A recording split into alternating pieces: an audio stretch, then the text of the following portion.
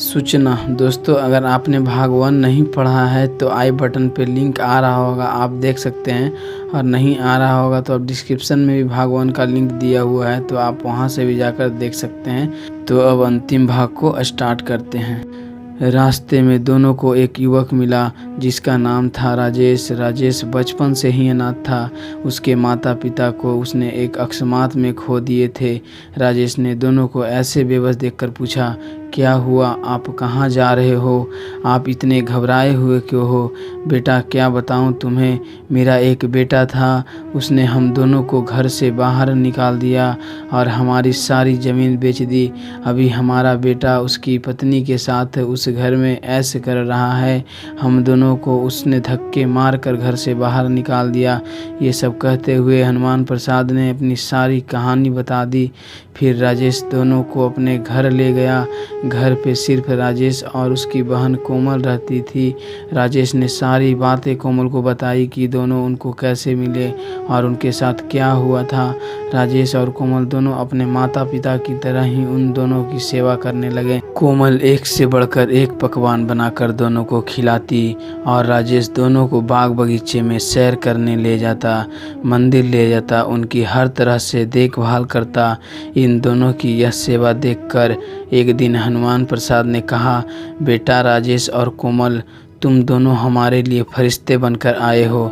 जो हमारा अपना बेटा था उसने तो हमें बेघर कर दिया, लेकिन तुम तो मेरे बेटे नहीं थे। उसके बावजूद तुमने हमें अपनाया, हमें सहारा दिया, हमारी इतनी सेवा की और आदर्श कर्म तो मेरे अपने बेटे ने भी नहीं कराया था मेरे लिए। बच्चों, तुम दोनों ही मेरे सच्ची दौलत है। आज से अपने आप को कभी भी अकेला मत समझना। हम दोनों तुम्हारे माता पिता हैं। हम दोनों के होते हुए तुम कभी अनाथ नहीं हो सकते। ऐसा कहकर हनुमान प्रसाद और कौशल्या ने दोनों को गले से लगा लिया। कुछ सालों के बाद सुशील की पत्नी सविता ने एक बच्चे को जन्म दिया। उसका नाम रखा विशाल। दोनों ने बड़े लाड प्यार से उसका पालन किया। धीरे धीरे वह बड़ा हुआ। उसकी हर एक इच्छा दोनों ने पूरी की। उच्च शिक्षा के लिए लोकप्रिय विद्यालय में भेजा। अब वह 22 साल का हो चुका था।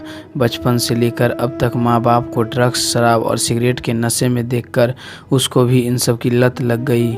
सुशील और सविता उसको कुछ बोलते नहीं और उसको ऊपर से यह सब करने के लिए बढ़ावा देते।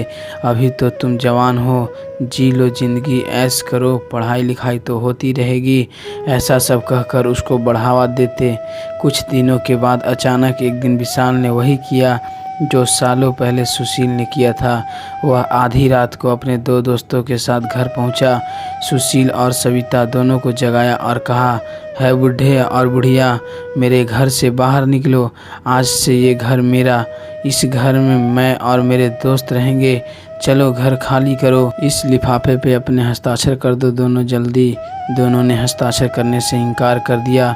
फिर विशाल ने दोनों का हाथ पकड़कर ज़बरदस्ती हस्ताक्षर ले लिए, जिसमें लिखा था कि आज से यह घर और ज़मीन सब विशाल का है।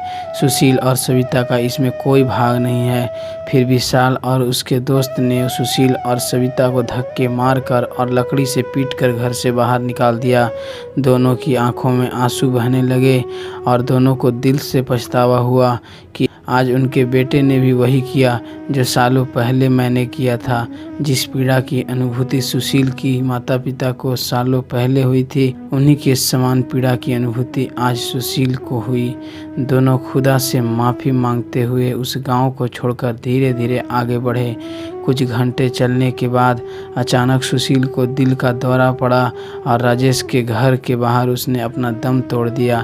सविता ने आसपास के लोगों को आवाज़ लगाई कि कोई सुशील को बचा ले। उसकी आवाज़ सुनकर राजेश अपने घर के सभी सदस्य के साथ बाहर आ गया। आसपास के कुछ लोग भी वहां पे इकट्ठा हो गए। उनमें से एक नर्स भी थी।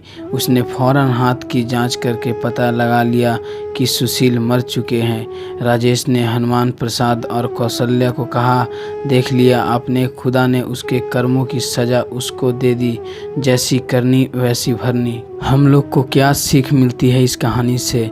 दोस्तों, इस कहानी से हमें यह सीख मिलती है कि हमें कभी भी अपने माता पिता के साथ इस प्रकार का अत्याचार नहीं करना है। हमें उनका आदर और उनका सम्मान करना है, उनकी सेवा करनी है, उनका ध्यान रखना है। अगर हम अपने माता पिता के साथ अत्याचार करेंगे तो हमारी आने वाली पीढ़ी भी हमारे साथ वही बर्ताव करेगी। तो दोस्तों, आज की कहानी यहीं पे समाप्त होता है। आशा करते हैं कि यह कहानी आपको पसंद आई होगी। आपका क्या विचार है इस कहानी को लेकर, आप कमेंट करके ज़रूर बताइएगा और वीडियो को लाइक करके चैनल को प्लीज़ सब्सक्राइब जरूर कर लीजिएगा और घंटी को दबाकर ऑल पर सेट कर लीजिएगा ताकि आने वाली सभी वीडियो का नोटिफिकेशन आपके पास तुरंत चला जाए। तो आज के लिए इतना ही रखते हैं।